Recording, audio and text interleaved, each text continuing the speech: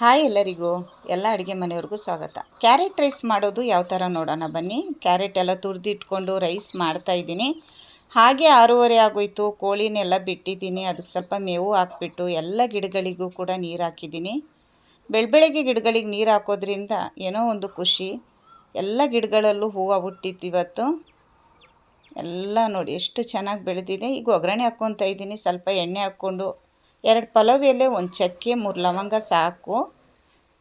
1 ಈರುಳ್ಳಿನ ಸಣ್ಣಕ್ಕೆ ಹೆಚ್ಚಿರೋದನ್ನು ಅದನ್ನು ಕೂಡ ಹಾಕಿ ಹಸಿ ವಾಸನೆ ಹೋಗೋ ತನಕ ಚಮಚ ಆಡಿಸ್ತಿದ್ದೀನಿ. ಇಲ್ಲಿ ಬಂದು ಕಡಲೆಕಾಳು ಹಾಕ್ಕೊತಾ ಇದ್ದೀನಿ. ನೀವು ಬೇಕಾದರೆ ಬಟಾಣಿ ಕೂಡ ಸೇರಿಸ್ಕೋಬೋದು.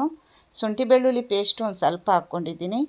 ಈಗ ಒಂದು 2-3 ಆಗೋಷ್ಟು ನಾಷ್ಟ ಮಾಡ್ತಾ ಇರೋದ್ರಿಂದ ಎಲ್ಲ ಸ್ವಲ್ಪ ಹಾಕ್ಕೊಂಡಿದ್ದೀನಿ. ಸಣ್ಣಕ್ಕೆ ಹೆಚ್ಚಿರೋ ಅಂಥ ಬೆಳ್ಳುಳ್ಳಿ ಕೂಡ ಸೇರಿಸ್ಕೊತಾ ಇದ್ದೀನಿ. 2 ಹಸಿಮೆಣ್ಸಿನ್ಕಾಯಿ ಸಣ್ಣಕ್ಕೆ ಹೆಚ್ಚಿ ಹಾಕ್ಕೊತಾ ಇದ್ದೀನಿ. ಎಲ್ಲ ಹಸಿ ವಾಸನೆ ಹೋಗೋ ತನಕ ನಾವು ರೋಸ್ಟ್ ಮಾಡ್ಕೋಬೇಕಾಗುತ್ತೆ. ಕರಿಬೇವು ಸ್ವಲ್ಪ ಸೇರಿಸ್ಕೊಂಡೆ. ನಾನು ಸಾಂಬಾರು ಪುಡಿ 1 ಸ್ಪೂನಷ್ಟು ಹಾಕ್ಕೊಂಡಿದ್ದೀನಿ. ಚೆನ್ನಾಗಿ ರೋಸ್ಟ್ ಆದಮೇಲೆ ನೋಡಿ ಇಷ್ಟು ಚೆನ್ನಾಗಾಗಿದೆ. ಕ್ಯಾರೆಟು 2 ತೊಗೊಂಡಿದ್ದೆ, ದೊಡ್ಡ ಸೈಜ್ನು.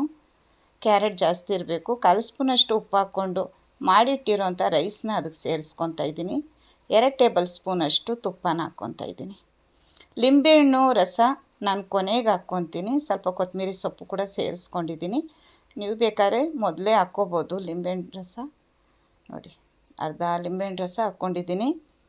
ಸಖತ್ತಾಗಿತ್ತು, ಅದ್ಭುತವಾಗಿತ್ತು ಟೇಸ್ಟು. ಒಂದ್ಸಲ ನೀವು ಟ್ರೈ ಮಾಡಿ.